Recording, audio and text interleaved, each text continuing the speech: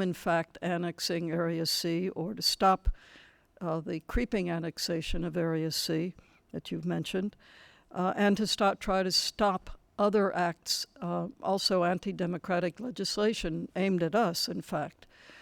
The second thing is we have to change the government. This we have to do in elections, and this is really the only way we're going to have any chance of changing policy. There have been governments in the past in Israel that have pursued a genuine peace. That we failed in the talks that have taken place does not mean that we would fail in the future necessarily. So certainly we're trying to concentrate on electing a new government. And the third thing may be to help us in that, and that I think could be through selective sanctions. I think the United States in particular can be very effective. They have been in the past at various times and could be very effective, and while in trying to help us as we try to change the government. That's why I think these international efforts are important. I think particularly important are efforts at the Security Council and other international organizations, and here where the Americans might play a role between November and January, hopefully.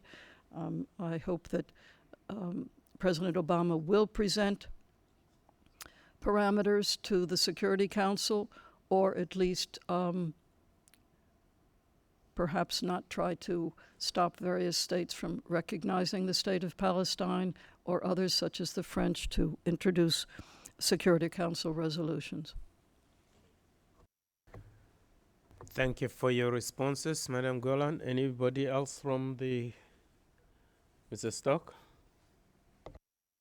First, ma'am, on your question regarding Palestinian reunification, you're absolutely correct that Israeli policy has been the single biggest external barrier to progress. Israel has a deliberate and I think at this point openly stated policy of separating the West Bank and Gaza. I'm afraid there may be little the Palestinians themselves can do to counter that. However, I think there is a lot that could be done if there were coordinated international attention to the problem. I think if you had an agreement first between the U.S. and key European states, and working from there to bring in key Arab states, particularly including the Saudis and Egypt, I think you could see a division of labor wherein the West could push Israel to significantly ease the siege of Gaza, to allow, for example, Palestinian legislators to move back and forth freely between the West Bank and Gaza. There's much that Israel would need to do to facilitate future Palestinian elections. It should be the job of the West to ensure that Israel is not allowed to permanently divide the Palestinians or stifle Palestinian democracy. And it is worth keeping in mind that it was pressure from the West, particularly the United States, that allowed the 2006 Palestinian elections to happen. So there is precedent for Western governments, including the United States, pushing Israel to allow Palestinian elections that would have to happen again if there is to be progress on this issue. Finally, you asked about what can be done to pressure the United States and change U.S. policy. There, the picture is mixed. On the positive side, there are two new developments over the last, say, 5 years that are noteworthy.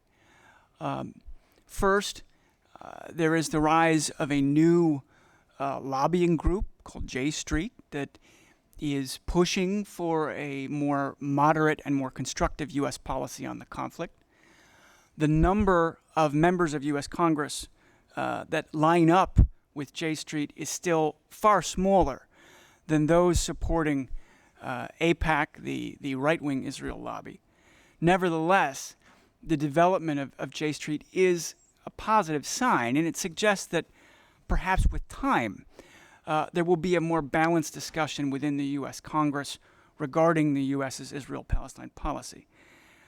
The other positive sign, particularly over the last 5 years or so, is the rise of new grassroots energy, particularly within the American Jewish community, including supporters of boycott, divestment, and sanction and others on college campuses, of American young people no longer accepting the status quo of the occupation or nearly unfettered U.S. support for Israeli policies which perpetuate the occupation.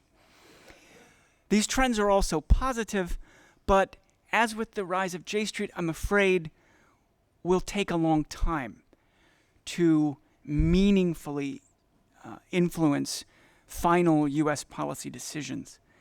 So in the short term, I am a bit more pessimistic about what can be done to really move the United States. Thanks.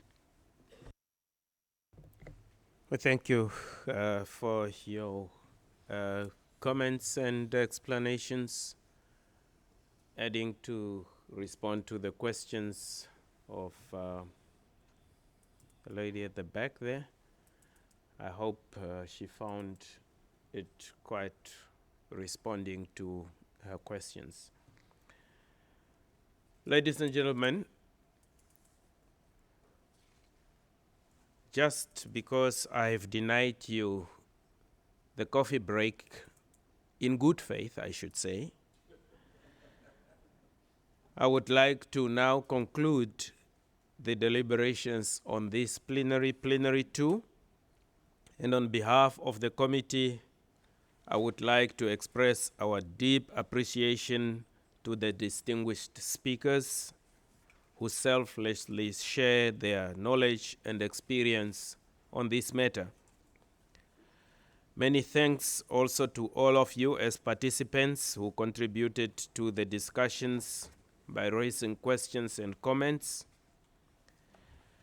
This, I think, show quite a great number of interest that has been shown in this topic in trying to seek solutions to the resolution of the situation in Israel and Palestine. I'm leaving you almost 25 minutes to the lunch hour. That is more than the 10 minutes coffee break that you should have had in the meantime.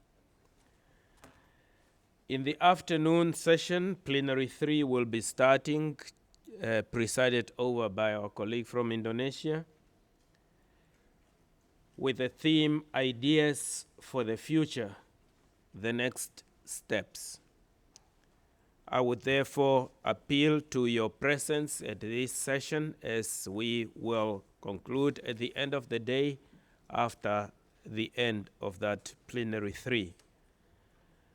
So I now close Plenary 2 and invite you to fully participate again and show your interest in discussions within the next plenary that would be starting at 3. This meeting is now adjourned.